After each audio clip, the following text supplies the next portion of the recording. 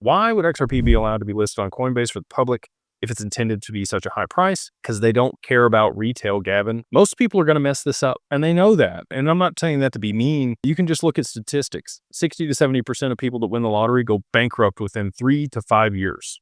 Done. They're in a worse position than they were before because they don't know how to manage capital. They don't know how to invest. They buy liabilities. They run through all the money. Hundreds of millions of dollars burnt, lit on fire in 3 years.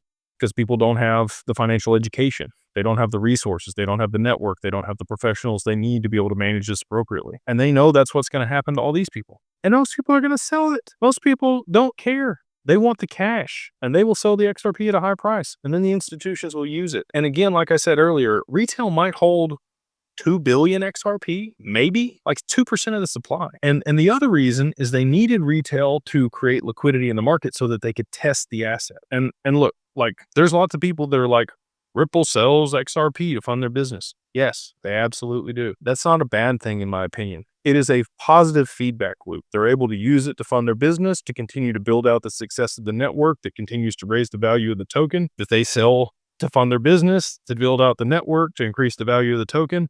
Like that's the whole spiral, and it's a good one. It goes up, but that's why they needed retail to move liquidity into the token so that it had enough liquidity in it to be able to trial it and test it over the last 10 years so that they could prove that it was usable on the main net. I don't know if you've ever built software before, but you can test it, but until you push it to prod, you really don't know. And so that's what this was. They run tons of private permissioned, side chains with assets or, replicas of the XRPL. But until you have a public mainnet that's actually being used and facilitating transactions and has enough liquidity to trial things, the banks aren't going to do it. They're not going to do it. So that's why they needed retail to be able to drive the price of the token up to where it is so that they could trial it.